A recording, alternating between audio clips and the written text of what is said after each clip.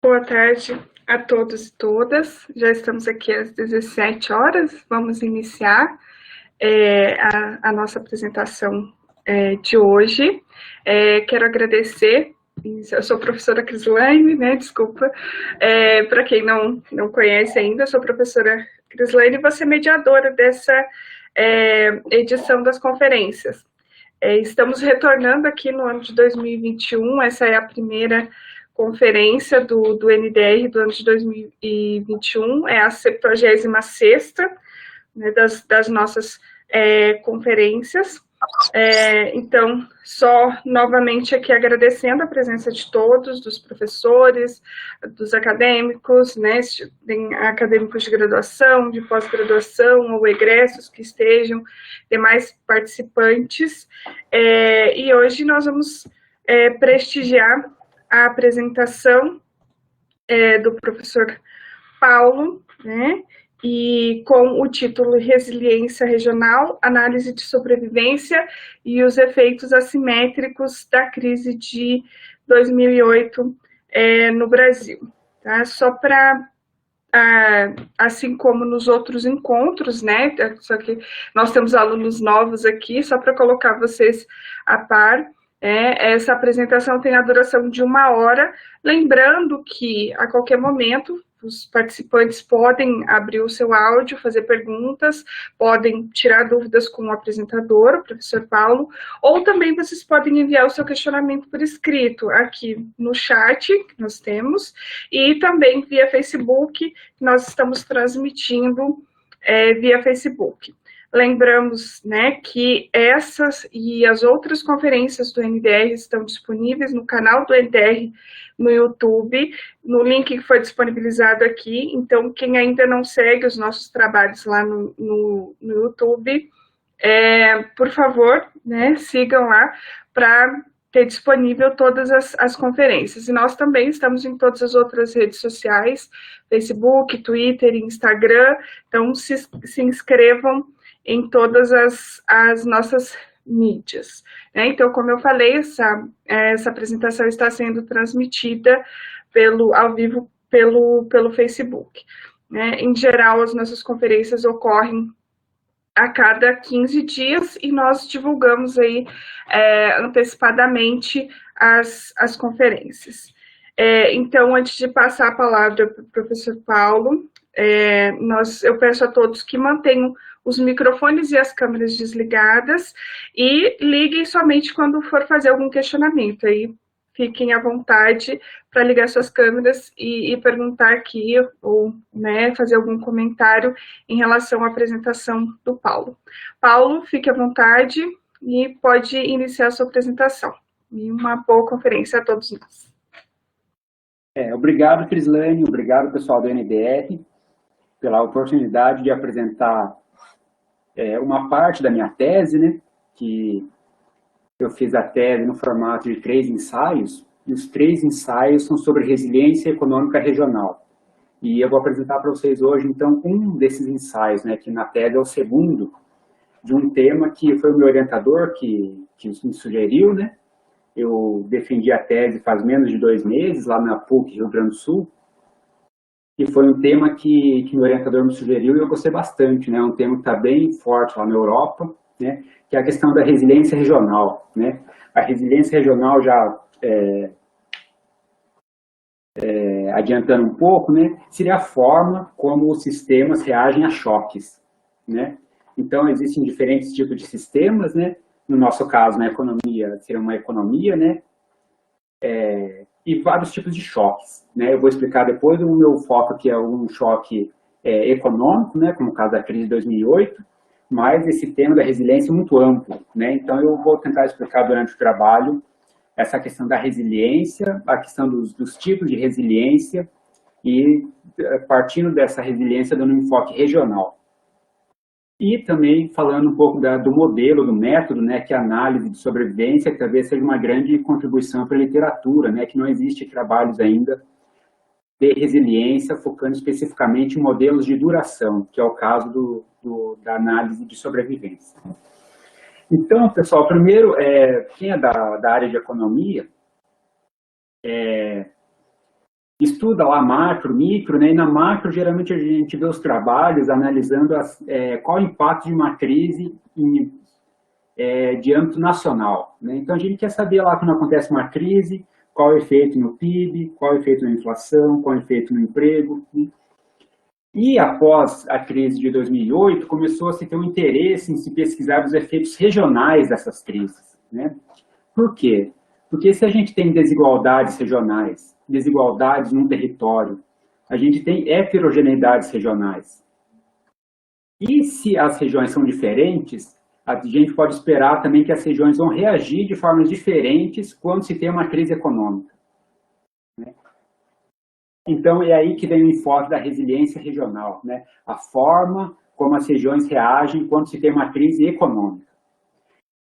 Nos tópicos da resiliência, né, já tem vários autores que estão se aprofundando nesse tema da resiliência econômica regional, e eles já definiram vários tipos de resiliência. Existe o tipo da resiliência da psicologia, né, a resiliência adaptativa. O meu caso aqui, do meu trabalho, eu uso o termo, a definição de resiliência da engenharia, né? Mas depois eu vou explicar, daqui a pouco, né, nos próximos slides, eu vou explicar especificamente o que é essa questão da resiliência da engenharia. Paulo, desculpa te interromper, mas se você puder colocar no modo apresentação a sua... Deixa eu ver aqui, espera aí.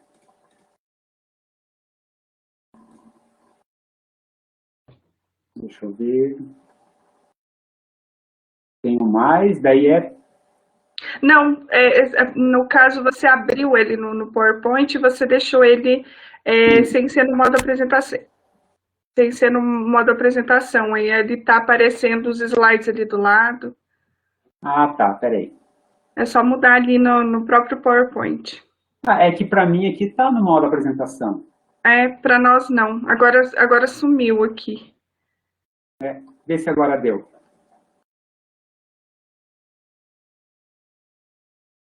Para mim não está aparecendo aqui a sua apresentação ainda. Não? Não. Acho que você descompartilhou. Tenta compartilhar novamente, por favor. Deixa eu ver aqui.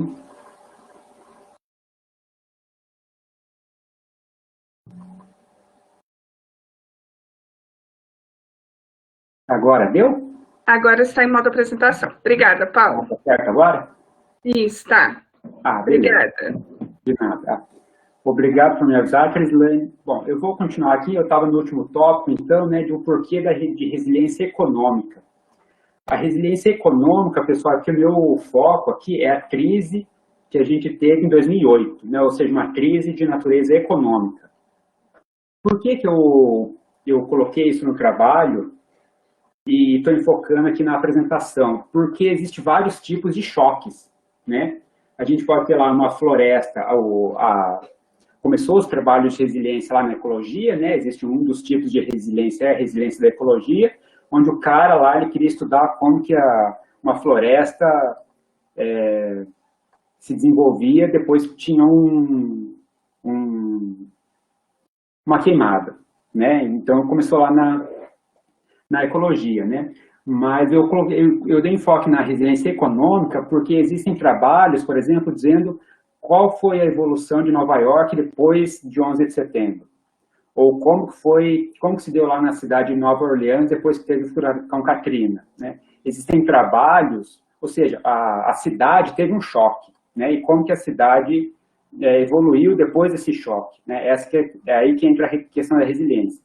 Existem trabalhos no Brasil dizendo como que as cidades reagem quando elas têm uma enchente, por exemplo, né? Então, por isso que eu estou enfocando aqui resiliência econômica, ou seja, a origem do choque que eu estou analisando é uma crise econômica. Então, pessoal, aqui eu coloquei 4 gráficos, que geralmente está lá nos trabalhos mais introdutórios de resiliência econômica regional, eles sempre mostram esses gráficos, que são 4 padrões diferentes, 4 tipos de trajetórias de crescimento que uma economia regional pode ter depois de uma crise. Então, eu coloquei aqui a seta aqui na crise, né? Aqui, essa trajetória pode ser de emprego ou de produção, né? No caso do meu trabalho, que é emprego, né? Então, por exemplo, uma crise pode atingir uma região e pode ter esse efeito igual no gráfico A, onde a crise ela tem sim um efeito negativo, né, de recessão aqui na trajetória do emprego ou do PIB, mas ela possui uma trajetória de crescimento onde, depois de um certo período, ela retoma essa trajetória de crescimento. No gráfico B, a gente tem a crise vem, atinge uma região e a região consegue retornar a sua taxa de crescimento, mas no nível inferior.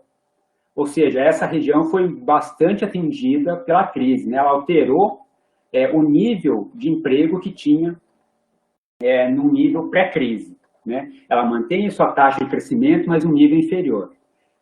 No gráfico C, aí sim nós podemos dizer que a crise afetou muito significativamente a região, porque além de ela não conseguir manter o mesmo nível de emprego de antes da crise, ela também não consegue nem manter a mesma taxa de crescimento, né? Ou seja, alterou significativamente os rumos dessa região. E a gente tem o caso também do gráfico D, que na literatura já existem exemplos dizendo que isso realmente pode acontecer, de uma região que a região foi muito resiliente e ela saiu da crise de uma maneira melhor do que ela estava no nível pré-crise, né? Ou seja, ela saiu da crise melhor do que ela estava antes da crise, né? E isso já tem trabalhos na literatura dizendo que realmente pode acontecer. No meu trabalho aqui, pessoal, o meu foco, como é a resiliência da engenharia, eu meio que vou querer saber no gráfico A, né? Eu estou supondo que todo mundo teve esse retorno ao nível de antes, né? E como eu estou tratando com resiliência da engenharia, eu vou querer saber quanto tempo, né? O modelo que eu estou utilizando é um modelo de duração, então eu vou querer saber quanto tempo a região demorou, desde que ela sofreu a crise, até ela retornar ao nível que ela tinha pré-crise, né? Quanto tempo ela demorou para retornar. Então aqui eu não quero saber se ela perdeu muito emprego ou pouco emprego. O meu objetivo é saber quanto tempo ela demorou para retornar ao nível de emprego que ela tinha antes da crise. Na revisão, como o meu objetivo, então, é usar o modelo de duração, né, falar de duração da crise, na revisão de literatura eu procurei citar apenas trabalhos que falem de tempo de duração na crise.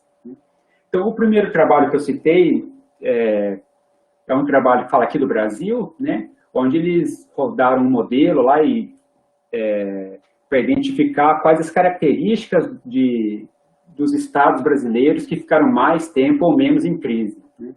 E o resultado deles basicamente diz que os estados mais especializados na indústria de transformação, eles entraram mais cedo em crise e ficaram mais tempo na crise também. Alguns trabalhos para a Europa também dizem que os setores de serviço e turismo permaneceram menos tempo em crise, né? Essa questão do turismo também não é consenso, mas vários trabalhos dizem que o setor de turismo ele é mais resiliente quando se tem uma crise, né? Com resiliente, pessoal, quero dizer que ele sofreu menos na crise, né? Tanto em termos de emprego quanto de produção, né? Perdeu menos emprego e produção e também vivenciou menos tempo na crise, né? É isso que eu quero dizer quando eu falo que ele foi mais resiliente. E os outros trabalhos também dizem mais ou menos o seguinte: a educação formal possui dois benefícios, né? Primeiro, que a probabilidade de uma pessoa estar empregada aumenta quando ela tem mais anos de educação formal e também aumenta a probabilidade dessa pessoa não perder o emprego quando chega uma crise.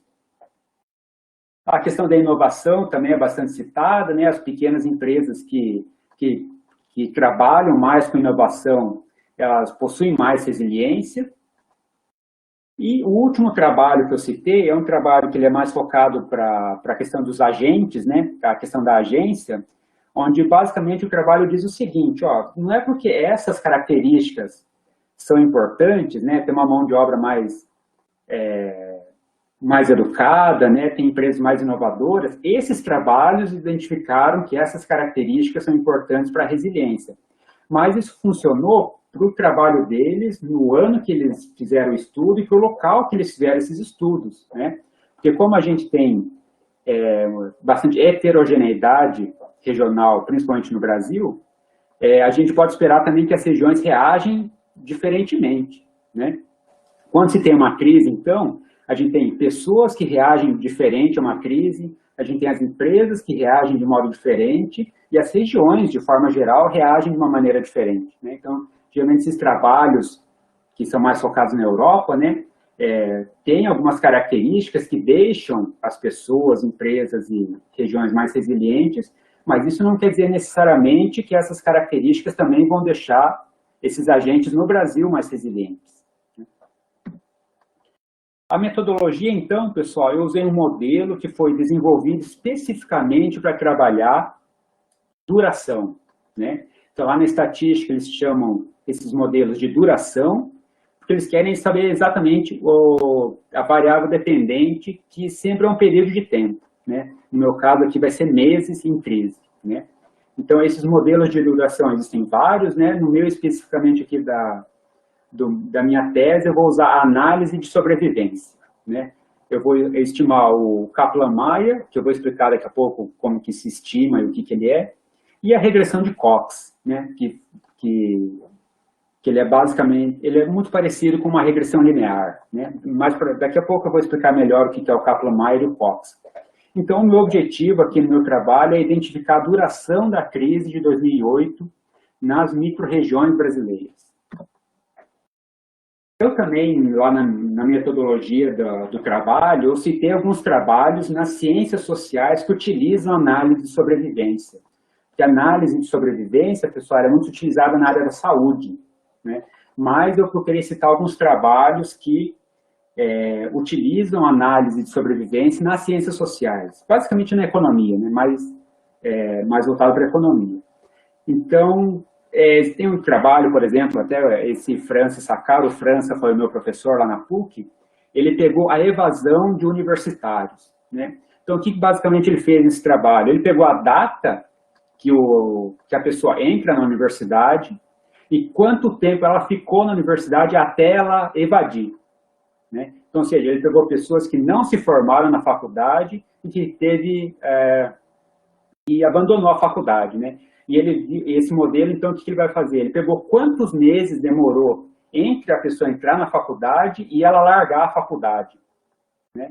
Então, ele descobriu nesse trabalho que os alunos de universidades particulares, os alunos que são mais pobres e que geralmente estão nas áreas de mais ciências exatas, principalmente matemática e computação, eles têm uma tendência maior a ficar menos na faculdade, ou seja, eles largam mais a faculdade.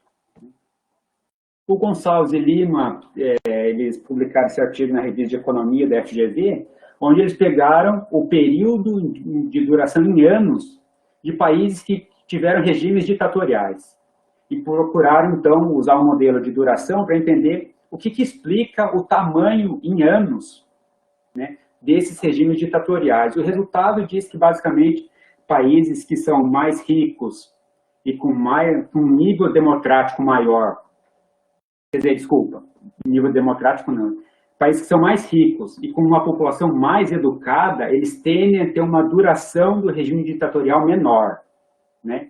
Então, ser um país mais rico e com uma população mais educada ajuda a ter mais democracia, né? Ou seja, as pessoas tentam buscar a democracia de uma maneira mais rápida, né? Os regimes ditatoriais ficam menos tempo no país conforme se tem mais educação e mais riqueza, né? É basicamente isso. E o Rossi também é um artigo que eu vi quando eu fui procurar sobre como interpretar o modelo de Cox, né, como rodar no R também. É um trabalho bastante citado, onde o trabalho é basicamente o seguinte: eles viram a data que uma pessoa saiu da prisão e quanto tempo ele demorou para ser preso de novo. Então, o modelo ele tentou explicar o porquê quais características envolve uma pessoa que saiu da cadeia, foi liberto, e ele foi preso de novo, né? Então, eles viram que a cada ano adicional que a pessoa ficava sem cometer crimes, diminuía o risco em ser preso em 5%. Né? E eles também adicionaram uma dummy que indicava se a pessoa que saiu da cadeia, se ela recebeu um auxílio financeiro ou não, quando ela saiu da cadeia. E eles viram que as pessoas, os presos que saíam da cadeia e recebiam um auxílio financeiro, diminuía muito a chance dele voltar a ser preso. Né? Esse eu achei um resultado bem interessante. Né? Mas eu coloquei no trabalho só para mostrar alguns trabalhos que utilizam análise de sobrevivência em áreas mais voltadas para a economia. Basicamente, o que eu faço, pessoal, é o seguinte. Eu coloquei aqui um exemplo de 6 indivíduos para mostrar para vocês como funciona mais ou menos essa determinação do número de meses que vai compor a minha variável dependente, né, aqui no meu trabalho. Então, por exemplo, o indivíduo 1, ele demorou 6 meses, né, vamos supor que seja 6 meses ali, 6 meses para ocorrer o evento. Então, eu vou dar um exemplo aqui para ficar claro para vocês. Vamos supor que eu tenho aqui 6 pessoas que fizeram uma cirurgia. E eu quero ver as pessoas que sobreviveram depois que fizeram essa cirurgia. Né? Então, por exemplo, o indivíduo 1, depois que fez a cirurgia, ele demorou 6 meses para se curar da cirurgia que ele fez, né? da doença que ele tinha. Então, 6 meses é o tempo que demorou para acontecer o evento. O evento é o que a gente está procurando. Né? Então, ele demorou 6 meses para acontecer o evento, que é se curar. Né? Então, a minha variável dependente aqui, o valor para o indivíduo 1 vai ser 6 meses. Para o indivíduo 4, ele demorou 15 meses para se curar depois da cirurgia. E o indivíduo 6, ele demorou 9 meses. Né? Então, ou seja, demorou esses períodos de tempo para acontecer o evento, que no exemplo que eu estou dando seria se curar. Né? Os indivíduos 2, 3 e 5, eles não aconteceu o evento. Ou seja, depois do período aqui, vamos supor que seja 17 ou 18 meses, eles passaram 16 ou 17 meses sem se curarem. Né? Então, por que isso é importante? Porque na análise de sobrevivência, a gente tem que determinar um período de tempo. Né? E se não aconteceu o evento nesse período de tempo, a gente censura essa observação. Né? Então, aqui no meu caso, eu vou utilizar apenas, na minha amostra, no meu estudo, os indivíduos 1, 4 e 6. Né? Os indivíduos 2, 3 e 5, eu censuro eles. Por quê? Porque eles não aconteceu o evento, eles não se curaram nesse período de tempo que eu estava fazendo o meu trabalho. Né? Então, eu excluo eles da minha amostra. Eu estou interessado apenas naqueles indivíduos que aconteceu o evento. Mas então, como que eu aplico essa análise de sobrevivência, tudo isso que eu falei agora, para o meu trabalho aqui? Eu peguei aqui o estoque de emprego formal no Brasil, de setembro de 2008 até novembro de 2009. Né? E eu quero saber, então, quanto tempo demorou.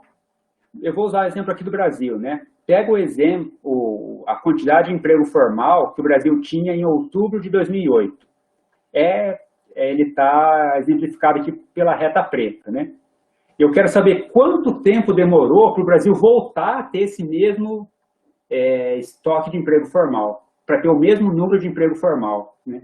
No caso aqui, o Brasil, então, começou a cair o estoque de emprego formal em novembro de 2008, e ele só voltou a ter o mesmo nível de emprego em junho de 2009. Então, ou seja, esse período de tempo foi o que ele demorou para voltar a ter o mesmo nível de emprego que ele tinha antes da crise. Né? Então, ou seja, ele demorou aqui, eu vou contar aqui, ó, 1, 2, 3, 4, 5, 6, 7, 8. Ele demorou 8 meses para voltar a ter o mesmo nível de emprego que ele tinha em outubro de 2008. Né? Então, ou seja, aqui em junho de 2009, foi quando ele voltou, esse ponto aqui, ó, é aqui onde acontece o evento. Né? O meu evento aqui é o quê? Ele voltar a ter o mesmo nível de emprego que ele tinha antes da crise. Né? Então, ou seja, a variável dependente aqui para o Brasil seria 8. Né? 8 meses que demorou para acontecer o evento. O evento, no meu caso aqui, é voltar a ter o mesmo nível de emprego que ele tinha antes da crise. Aqui, pessoal, eu defini isso, né? Demorou 8 meses para sair da crise. Esse é o termo que eu usei na tese, né? Uma das observações que me fizeram na banca foi que, na verdade, o sair da crise, na verdade, o Brasil já saiu da crise, a gente poderia considerar que em dezembro já, né? Em dezembro já começou a recuperação do emprego, né? Mas, então, lá na tese, eu fui e arrumei, né? Em vez de chamar aqui em junho de 2009 sair da crise, eu comecei a usar o termo retornou ao nível pré-crise, né? Isso eu mudei porque foi uma observação lá da banca. Mas então, para dar um exemplo aqui para nós, pessoal, eu coloquei aqui o gráfico então de Foz, né? Para dar um exemplo de quando Foz saiu da crise, né? Ou seja, quando ele voltou a ter o mesmo número de emprego formal de antes da crise. Coloquei os dados de Foz, então, Cascavel e Toledo. Toledo eu coloquei, pessoal, porque é a nossa cidade aqui, né? Mas para exemplificar também um exemplo de censura, né? Vocês podem perceber que Toledo, ele não voltou ao mesmo nível de emprego formal durante os 12 meses que eu utilizei para minha pesquisa, né? Então, ou seja, eu peguei novembro de 2008, né? Que foi quando eu comecei a minha pesquisa, e peguei até novembro de 2009, né? Ou seja, eu peguei um ano para fazer a pesquisa. E nesse um ano, Toledo não conseguiu retornar ao mesmo nível de emprego que ela tinha antes da crise, né? Então, como ela não conseguiu voltar ao nível pré-crise, eu censurei Toledo, né? Eu não vou utilizar Toledo no meu trabalho. Aqui, então, eu coloquei ali Foz, Cascavel e Toledo. Aqui eu coloquei mais algumas outras micro-regiões do Paraná. No trabalho, eu fiz para todas as micro-regiões do Brasil, mas aqui eu coloquei do Paraná só para vocês terem uma noção, né? De quantidade de meses, então, que as micro-regiões ficaram em crise entre 2008 e 2009, né? Eu coloquei essa barra vermelha aqui para indicar 12 meses, que foi o tempo de estudo que o meu orientador me sugeriu para fazer, né? Então, as micro-regiões aqui que passam de 12 meses, elas foram censuradas. E eu utilizo, então, apenas as micro-regiões que ficaram entre 1 mês e 12 meses, né? Essas micro-regiões que compõem, então, a minha amostra.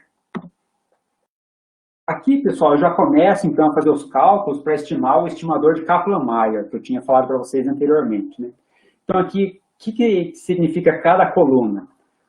A coluna meses aqui, então, eu vou ter a quantidade de micro-regiões que estão em crise, né? O total aqui seria o número de regiões, então, que ainda fazem parte da minha amostra. O evento é o número de micro-regiões que saíram da crise naquele mês. E aqui a probabilidade de sobrevivência, né, na quarta coluna. Então, isso quer dizer o seguinte, ó, no mês 1, eu tenho 510 micro-regiões que ainda estavam em crise. Então, se o total de micro-regiões no Brasil, acho que são 558, né? Então, quer dizer que 48 micro-regiões nem entraram em crise. Ou seja, nem tiveram o número de emprego formal caindo abaixo do nível pré-crise, né?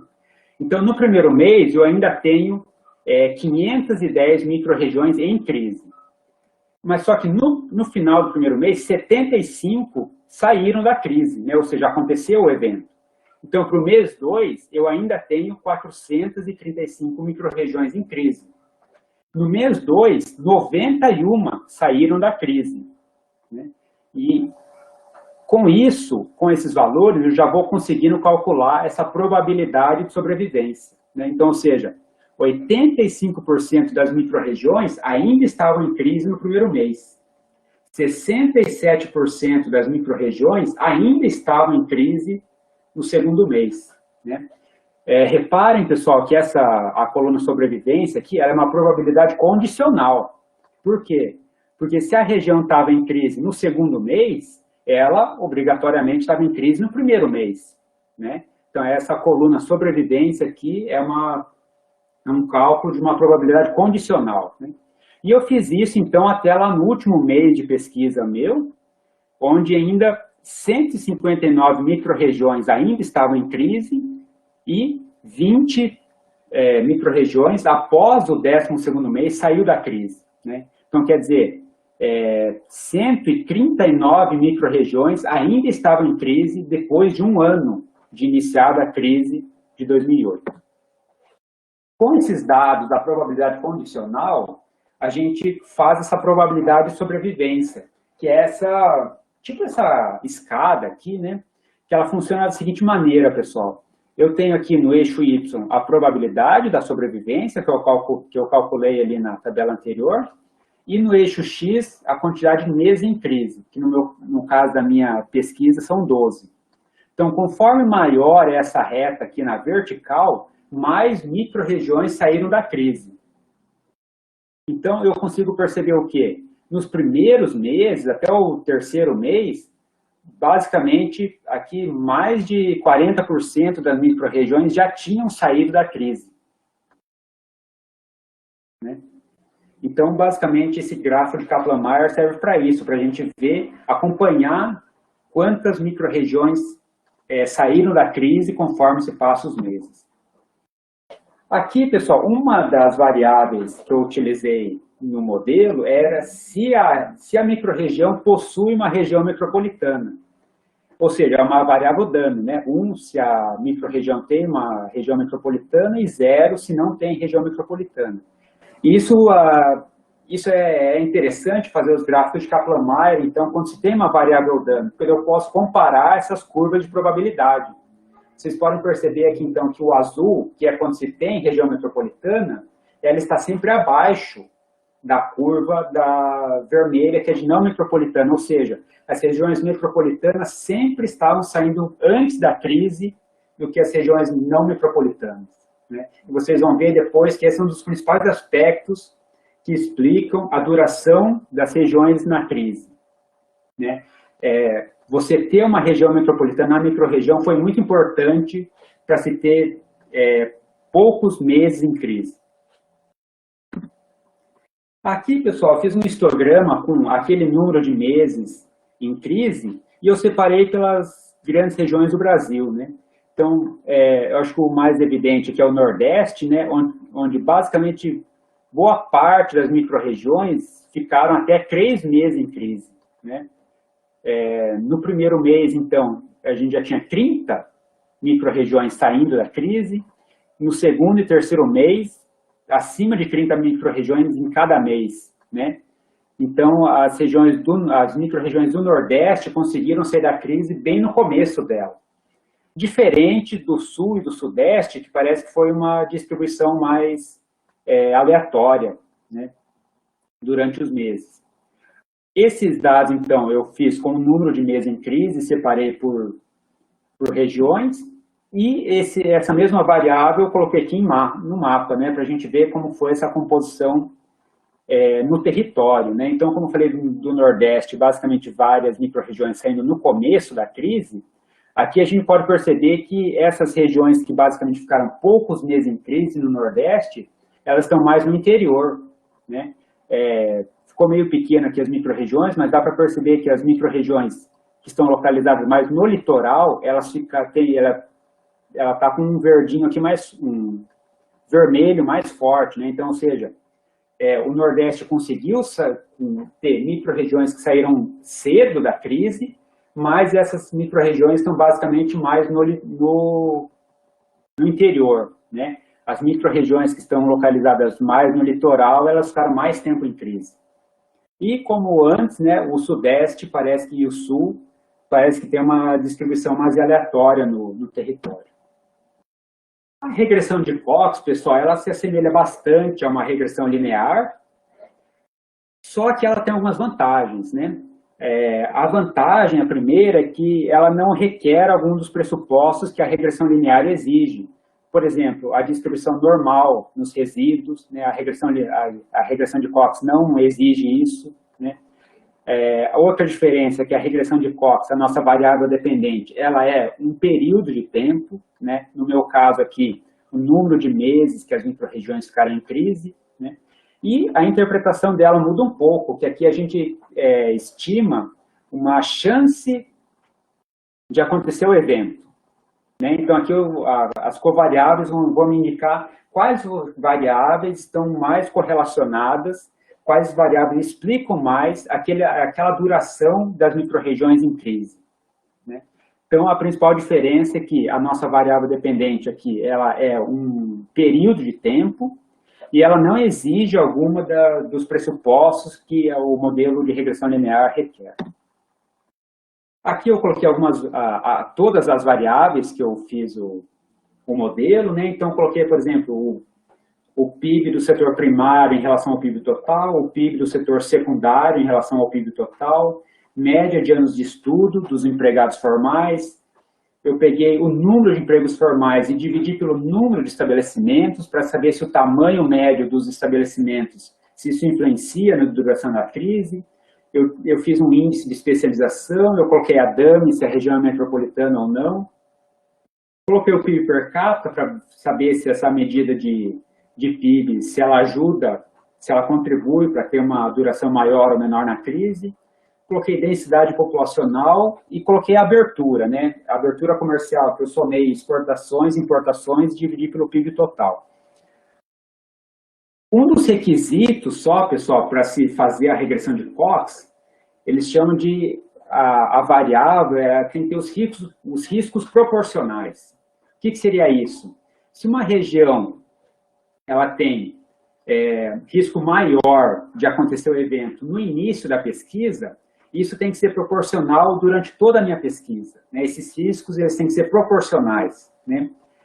E conforme eu fui fazendo os testes, eu vi que nem todas essas variáveis deu esse risco proporcional, né? Então, esse é um dos motivos que algumas dessas variáveis eu excluí do modelo, né? Foi porque ele não conseguiu os riscos proporcionais. Para ficar mais claro, eu vou voltar um pouco aqui. Os riscos proporcionais seriam o seguinte, pessoal. Aqui vocês podem ver que a curva azul ela está sempre abaixo da curva vermelha. Então, aqui você tem um risco proporcional, né? Ela está sempre abaixo. O risco, a chance, né, da região metropolitana sair da crise é sempre maior do que da região metropolitana. E isso tem que ser para o meu período inteiro, né? Eu não posso ter essa linha azul cruzando aqui a linha vermelha, né? Isso seria basicamente o requisito dos riscos proporcionais, né? Que é um dos únicos que a regressão de Cox exige. Então, por isso vocês vão ver que eu coloquei várias variáveis aqui, mas nem todas aparecem no modelo final, né? A explicação é essa, porque nem todas possuem riscos proporcionais. A saída, então, aqui dos meus modelos da regressão de Cox são essas, né? E a interpretação seria mais ou menos o seguinte, pessoal. Os valores do beta, quando é acima de 1, essa variável ajuda a acontecer o evento. No meu caso, que o evento é sair da crise. Então, as variáveis aqui que possuem o beta estimado acima de 1, elas contribuem para as regiões terem ficado menos tempo em crise. Então, no primeiro modelo, eu coloquei apenas uma variável independente, que é aquela DAME, se a região é metropolitana ou não. Então, como deu um coeficiente estimado de 1,55, eu digo que essa variável de região metropolitana, ela contribuiu para essas regiões ficarem menos tempo em crise, né? E isso a gente já tinha percebido quando eu fiz aquele gráfico de Kaplan-Meier que mostrou que as regiões metropolitanas, de fato, ficavam menos tempo em crise, se comparando com as regiões não metropolitanas. Conforme eu fui adicionando covariáveis, no segundo modelo, eu coloquei a densidade populacional. Então, vocês podem ver que deu um valor abaixo de 1, quer dizer, a densidade populacional não contribuiu para as regiões ficarem menos tempo em crise. Como ela não contribuiu, vocês podem perceber que o beta aqui da região metropolitana aumentou, ou seja, isso reforça a importância de se ter uma região metropolitana na região, para essa região ficar menos tempo em crise. A mesma coisa aconteceu quando eu coloquei o PIB per capita, né? Ou seja, o PIB per capita não contribuiu, um PIB per capita maior não contribuiu para as regiões ficarem menos tempo em crise. Quer dizer, uma região ser mais rica não indica necessariamente que ela ficou menos tempo em crise. Quando eu coloquei aqui no quarto modelo o tamanho médio dos estabelecimentos, também não contribuiu, né? Ou seja, todas essas covariáveis que eu estou adicionando apenas serviu para eu identificar que as regiões metropolitanas são, de fato, o que ajudaram essas regiões a ficarem menos tempo em crise. No último modelo, sim, que eu coloquei a média de anos de estudo, em que mostrou, então, um coeficiente acima de 1. Né? Então, a educação também contribuiu para as regiões ficarem menos tempo em crise. Né? Então, o que eu tiro aqui dos meus resultados é que se a micro-região tem uma região metropolitana e se ela tem mais trabalhadores com maior idade, com maior média de educação formal, de anos de estudo formal, isso é o que de fato contribuiu para essas micro-regiões ficarem menos tempo em crise. Uma coisa que eu fiz, pessoal, num gráfico lá que eu fiz, achei interessante, foi que o seguinte, vocês viram ali que a região metropolitana é, de fato, bem significativa, né, para explicar a duração da crise, mas não em todas as regiões metropolitanas, né. Eu fiz um gráfico aqui onde eu coloquei no eixo Y meses em crise, né, que é a minha variável dependente, e no eixo X eu coloquei uma das minhas covariáveis, que é o número de empregados por estabelecimento. Então, eu vi que aqui que tem empresas grandes, né, com muitos funcionários, né, o tamanho médio da empresa maior, ela contribuiu para as regiões possuírem menos meses em crise, mas apenas na região metropolitana. Né? Quando eu pego apenas as regiões não metropolitanas, quanto maior o tamanho das empresas, maior o tempo em crise das micro-regiões. Né? Então, esse foi um resultado que eu consegui, extrapolando um pouco o modelo de Cox ali, né? Dizendo que as regiões que possuem empresas grandes, elas realmente só ajudam a ficar menos tempo em crise nas regiões metropolitanas. Nas regiões não metropolitanas, as empresas muito grandes não têm tanto impacto assim na duração da crise. Ô Paulo, só uma variável que talvez fosse interessante aí também, né, Paulo, é o quanto que a região está ligada com o exterior, talvez as exportações, o percentual, sei lá, do PIB da região, percentual que as exportações representam do PIB da região, não sei, porque ela pode ter sido puxada por alguma coisa de fora, né? Não, exatamente, Carlos, foi uma das covariáveis que eu coloquei, né, da abertura, que ela não deu a exigência não deu significativa? proporcionais, né? Então perdi essa parte, desculpa. Não, imagina, mas um problema, Carlos, que foi até comentado na minha banca, é os problemas do dado mesmo, por exemplo, de importação e exportação, né? Como eu estou usando micro-regiões, às vezes tem aquele problema, né, de uma região importar, mas a região apenas importou, o produto importado não vai ser consumido naquela região, né? Então, tem alguns problemas assim do dado, propriamente dito, de comércio internacional, mas realmente, quem sabe, essa variável, ainda mais na crise de 2008, né?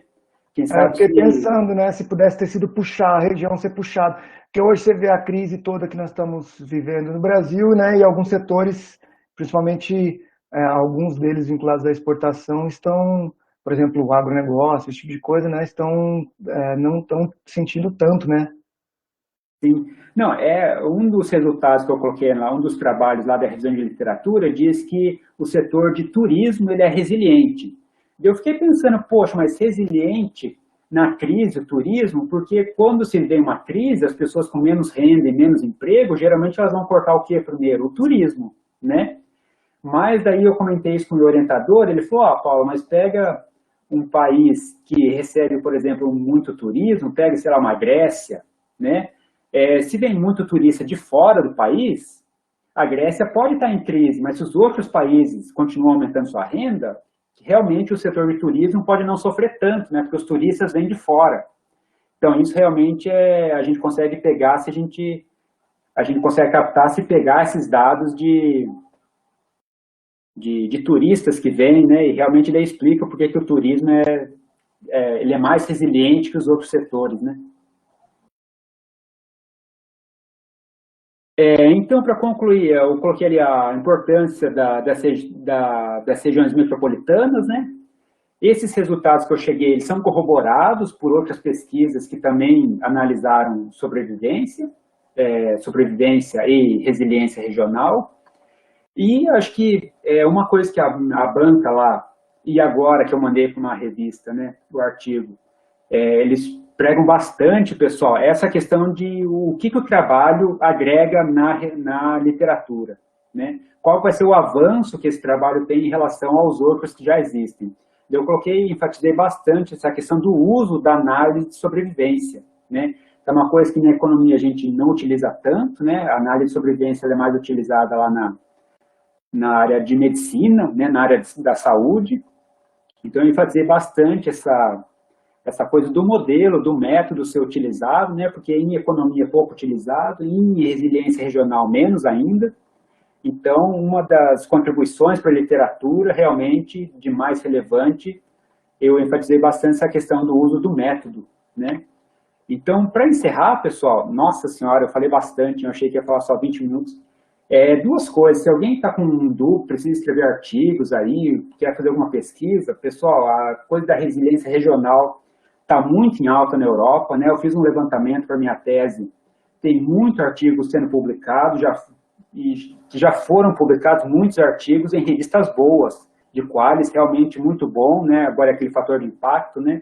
Então, assim, são pesquisas, e realmente os pesquisadores importantes da Europa, da área de economia regional, todo mundo já está publicando sobre resiliência, e eu acho que vai explodir os artigos, as pesquisas de resiliência, ainda mais agora com um choque tão grande que foi o Covid, né, e a quarentena, né? Então acho que vai ser um choque bem interessante analisar isso usando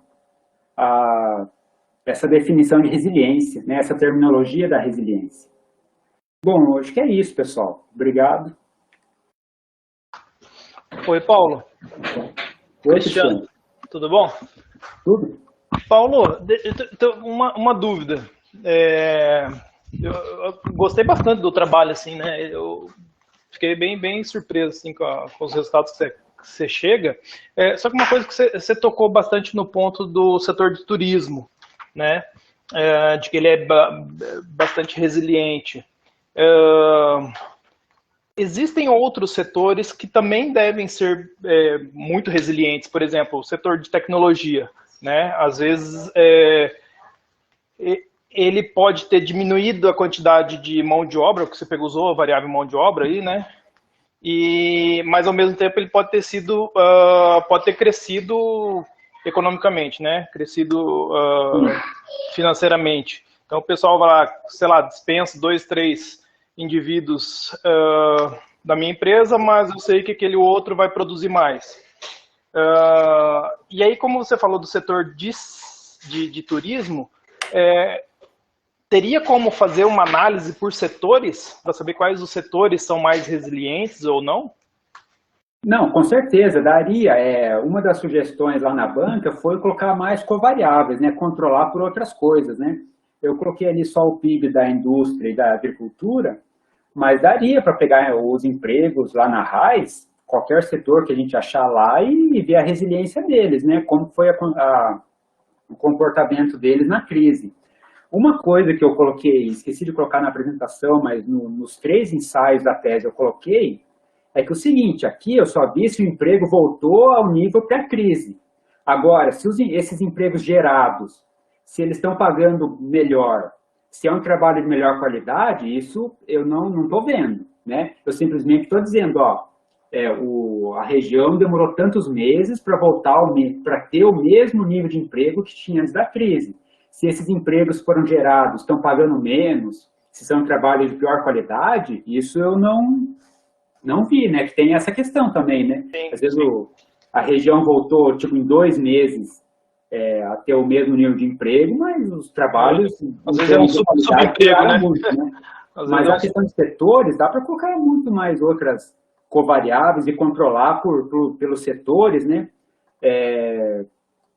Para tentar ver quais setores são mais resilientes ou não, né? Eu estou fazendo parte de um grupo de pesquisa lá de Minas, que é de resiliência econômica regional, e lá eles debatem muito a questão de Mariana, a questão do setor de minérios, né? Porque lá é um emprego diferente, né? O cara que trabalha numa mineradora, então eles publicaram até um artigo bem lá, publicaram bem lá na Regional Studies, lá um artigo, falando só de resiliência regional em Minas, onde eles batem bastante nessa coisa de minério, né? E minério, e exploração de petróleo, né? Porque realmente é um setor que depende muito do exterior, né? De exportação, igual o Carlos falou, né? Mas com certeza, daria para colocar várias covariáveis aí para analisar setor por setor, né? Para ver quais são mais ou menos resilientes. Ah, legal, Paulo, legal, muito bom. Isso daí dá para fazer bastante coisa, hein? Dá para você orientar bastante trabalho na área. Não, pessoal, eu vou repetir agora, eu não achei que ia falar tanto, né, já é quase 6 horas. Eu não sei se ficou bem claro o modelo de Cox ali, mas olha, quem quiser fazer trabalho de resiliência regional, olha, é uma coisa que está muito forte na Europa lá, e acho que para o Brasil também a tendência é vir bastante, ainda mais agora com o corona, né? Uma ideia que eu já tenho, que dá para fazer um trabalho bem legal, seria comparar as 3 crises que a gente teve nos últimos anos, né, aqui no Brasil. Né? Essa de 2008, que teve origem em outros países, né, ou seja, foi uma crise global. A crise de 2014 e 15, que foi uma crise nacional. E agora uma crise que a origem dela não é na economia, é uma crise sanitária, né? Uma crise na saúde que tem impactos, que está tendo impactos na economia, né? Então, acho que fazer um trabalho para comparar essas 3 crises, ver quem foi mais resiliente em cada uma dessas crises, acho que já é uma ideia bem legal para uma pesquisa. Bom, Paulo, parabéns pela pesquisa, muito interessante. E você falou ali que está economia relacionada à área da saúde, mas isso é totalmente demográfico também, Paulo. A gente trabalha muito com isso, né, com análise de sobrevivência, na mortalidade, na demografia.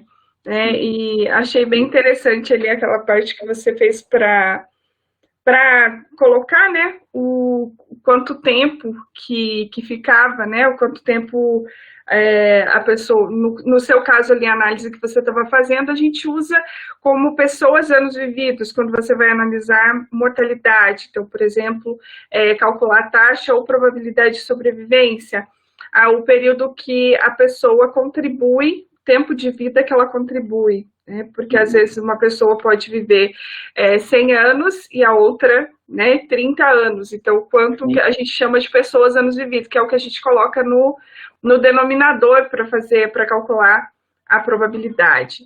Então, é como se, a gente chama também como se você estivesse fazendo uma análise de coorte, né, acompanhando a vida. Geralmente, na nossa mortalidade, a gente não usa, para calcular a taxa de mortalidade, a gente usa análise de período, mas o ideal seria de coorte, como você fez aqui, né, para calcular. Mas é bem demográfico aqui, então, mais uma relação aqui entre demografia e economia, muito interessante mesmo. Sim. Deixa eu ver aqui se tem alguma pergunta. Paulo, acho que no Facebook tem. Deixa eu só passar aqui para você o que tem. Só um minutinho que tem pergunta aqui. Silvânia Casmiers, que ela perguntou, tem várias perguntas aqui, eu vou te fazer, depois você responde todas elas, né? Dentro da literatura, quais são os caminhos para saírem das crises, né, conforme os gráficos, e o que você pensa sobre o setor turístico pós-pandemia? É possível ser mais resiliente? Acho que seria isso. Olha, os trabalhos de resiliência econômica regional são muito recentes, né? Então é difícil falar assim quais características que são consenso, né, na literatura para dizer, esse setor ou essa economia é mais resiliente, né? Então tem pouco consenso ainda, que os trabalhos ainda eles estão aumentando bastante, mas ainda são, se for ver, relativamente poucos ainda para se dizer que tem um consenso, né, para dizer o que uma região tem que ter para ela ser mais resiliente. Quanto à questão, por exemplo, a questão da especialização é uma, né? Tem trabalhos dizendo que ter uma economia regional mais especializada é bom, mas já tem trabalhos dizendo que ter uma economia regional mais diversificada é melhor para a resiliência, né? Então, essa é uma questão que é interessante, né, e que não tem consenso. Quanto ao setor de turismo pós-pandemia, é complicado, né? Acho que ninguém sabe o que vai acontecer, mas eu me lembro que eu estava numa aula lá em Porto Alegre, eu tinha aula com um cara que eu acho que ele era de Gramado, ou alguma coisa da prefeitura de Gramado, e ele falou que Gramado estava tentando diminuir essa especialização no turismo, justamente por isso, porque se vier uma crise igual agora, que fecha tudo e realmente o turismo afeta bastante a cidade, eles devem estar em maus lençóis lá agora, né? Então, eles já estavam naquela época, eles deviam ser 2007, 2018, lá em Gramado, eles pensando em formas de diminuir essa especialização do turismo, né? Tentar diversificar mais a economia municipal, justamente para, já usando esses termos, aumentar a resiliência, porque se viesse uma crise do tipo que veio agora, eles não sofrerem tanto assim, né? Então, lá eles já estavam pensando em métodos de deixar a economia de Gramado mais diversificada, né? Para não depender tanto do turismo. Agora, como vai ficar o setor de turismo pós-pandemia, eu não sei, né? A tendência é voltar ao normal com a vacinação, né? Mas acho que o que realmente vai acontecer, ninguém sabe ainda, né? Verdade, Paulo. Obrigada. Agora, falando de pós-pandemia, depois o professor Carlos vai dar um recadinho aí, que nós temos um evento logo após aqui, né? Já está quase começando. Só vou colocar aqui algumas observações aqui, Paulo, do Marcos Luiz Gambetta, que ele diz, te parabeniza, diz que veio preparado para fazer ele perguntas, mas ficou sem palavras com excelente e esclarecedora apresentação. E o professor Silvio a Arendt também te deixa um abraço, e também ao Adelar, que é o seu orientador, né, que é ex-colega dele do departamento de mestrado e de doutorado. Isso. Mas alguém tem alguma pergunta, alguma colocação, pessoal? Não? Paulo, mais uma vez te agradeço, né, pela apresentação, pelo seu trabalho, excelente trabalho, e eu vou deixar, então, vou convidar, né, deixar o convite para as pessoas aqui, para a próxima conferência que nós vamos divulgar, e vou deixar a palavra com o professor Carlos aqui para um último recado. E uma boa noite a todos. Obrigada. Oi, Cris. Obrigado pela oportunidade aqui. Na verdade, é divulgar um evento, né, que o Colegiado de Economia está participando através do professor Jandir, professor Lucir, que começam agora uma palestra às 18 horas. Está o link aí do YouTube. É um evento bem descontraído, chama Pint of Science, né? Ele acontece no mundo inteiro, nos mesmos dias, né? E a ideia é tomar uma cerveja conversando sobre ciência. Não poderemos fazer num bar, usualmente ele é feito num bar e tal, mas não poderemos fazer num bar dessa vez, mas cada um pode pegar a sua cerveja aí da sua casa e entrar lá e e participar do evento, e depois vai ser aberto para perguntas e discussões também com o pessoal, e no final tem uma atividade cultural para todo mundo ouvir uma musiquinha e relaxar um pouco. Tá bom? Então, só estendendo o convite, o link do YouTube está aí, tá? Aqueles que puderem participar, vai ser bem bacana. Valeu, Cris. Obrigado, viu? Obrigada, Carlos. Mais uma vez, obrigada, Paulo. Obrigada a todos e a todas que participaram por prestigiar o evento, né? Algumas pessoas de fora aqui, o professor Silvio, e agradeço também aos alunos, egressos, a todos. E se você quiser ir, uma última palavrinha, Paulo, fica à vontade. Uma boa noite a todos. Obrigado, Cris. Só queria agradecer a todo mundo que viu. E eu não sei se ficou bem claro ali o modelo, né, tudo que eu fiz, mas se alguém ficar com alguma dúvida, quiser conversar um pouco sobre resiliência ou sobre o método, pode me mandar mensagem ou e-mail, né? Eu tô aí para, se alguém quiser conversar, beleza? E obrigado de novo. Boa noite, então, a todos, e fica aí o convite para todos virem lá participar do Pint of Science.